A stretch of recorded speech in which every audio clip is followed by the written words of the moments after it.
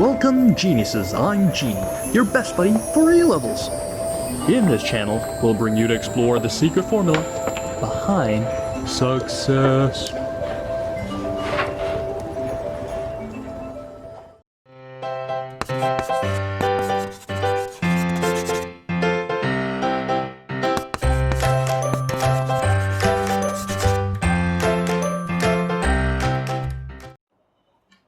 For this question, they gave you a spindle, right? So the spindle is this, attached to one end of a lever and the other end to a center of a disc. Now there's a cord here wrapped around the disc, which is then going around a pulley, and there's a 900 newtons weight. So what is the minimum force applied to each end of the lever here that could lift the weight? Now let's go back to the bottom weight here first, to find out what is the minimum force that you must apply here, which is a tension to lift the weight.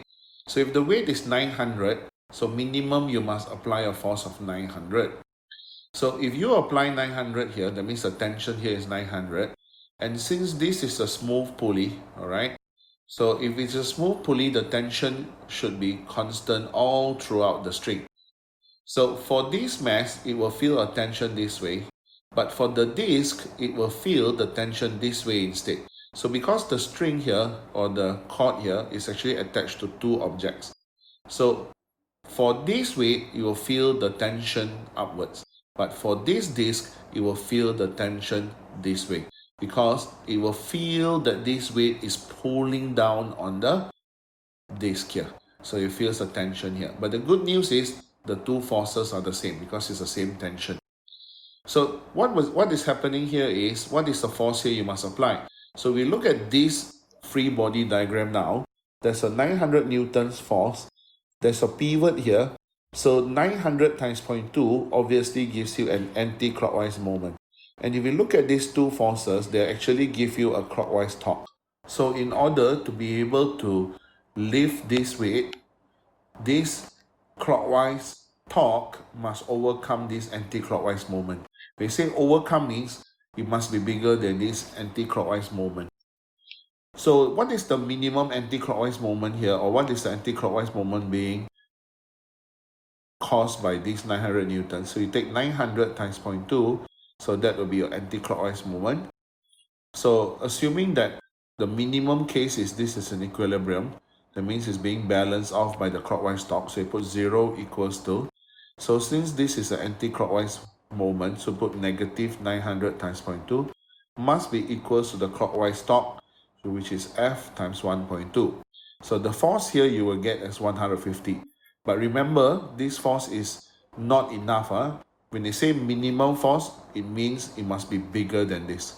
Because only if the force is bigger than this, it can overcome this anti-clockwise moment. So this value is just a reference. It has to be bigger than this. So next time you remember the word minimum, it means bigger than this.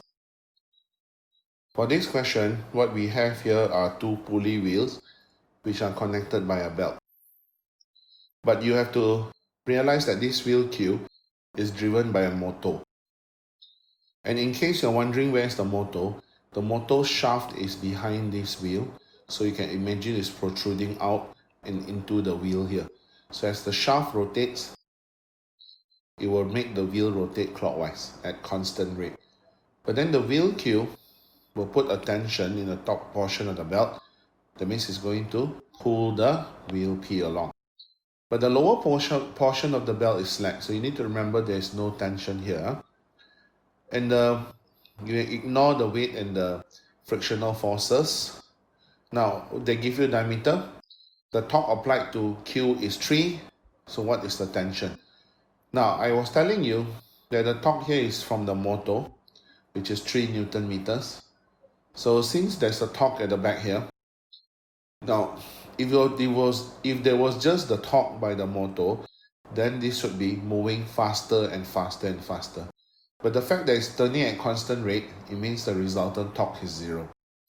So how can there be a torque provided by the motor and yet it rotates at constant rate, or the resultant torque is 0?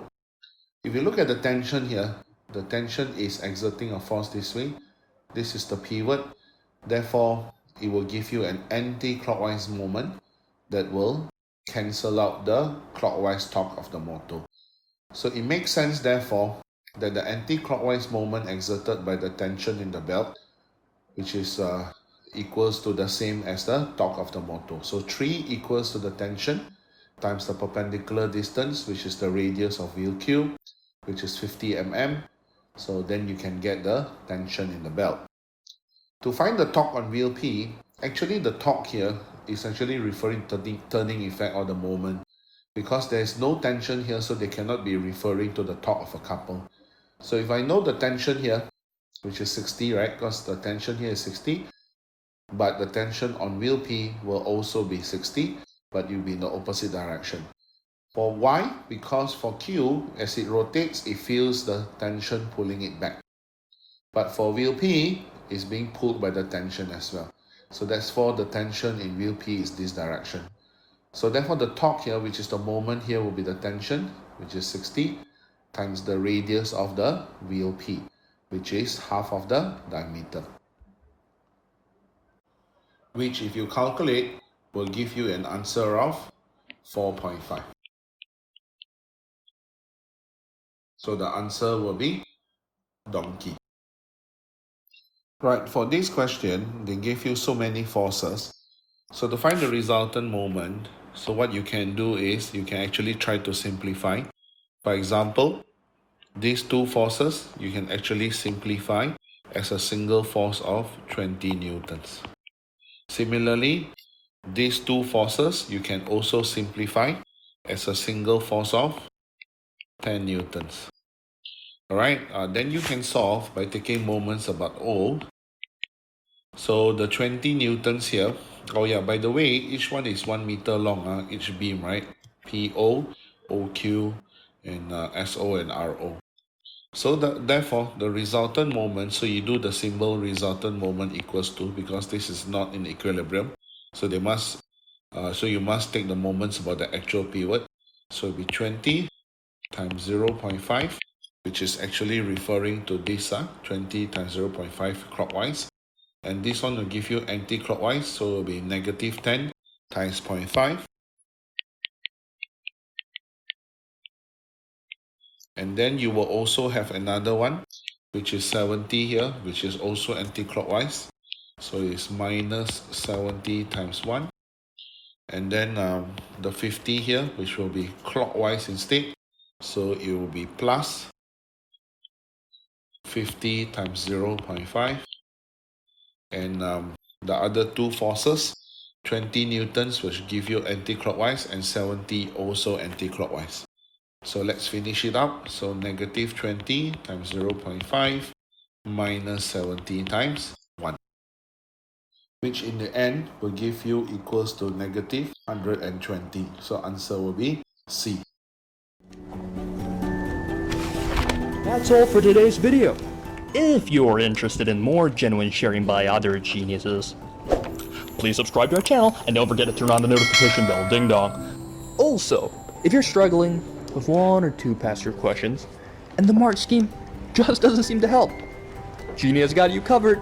Feel free to let us know what question it is by filling in the Google form linked in the description below. GenieUs Hub will get genius teachers to fulfill your request for the solution. Genie will see you next time. Bye-bye.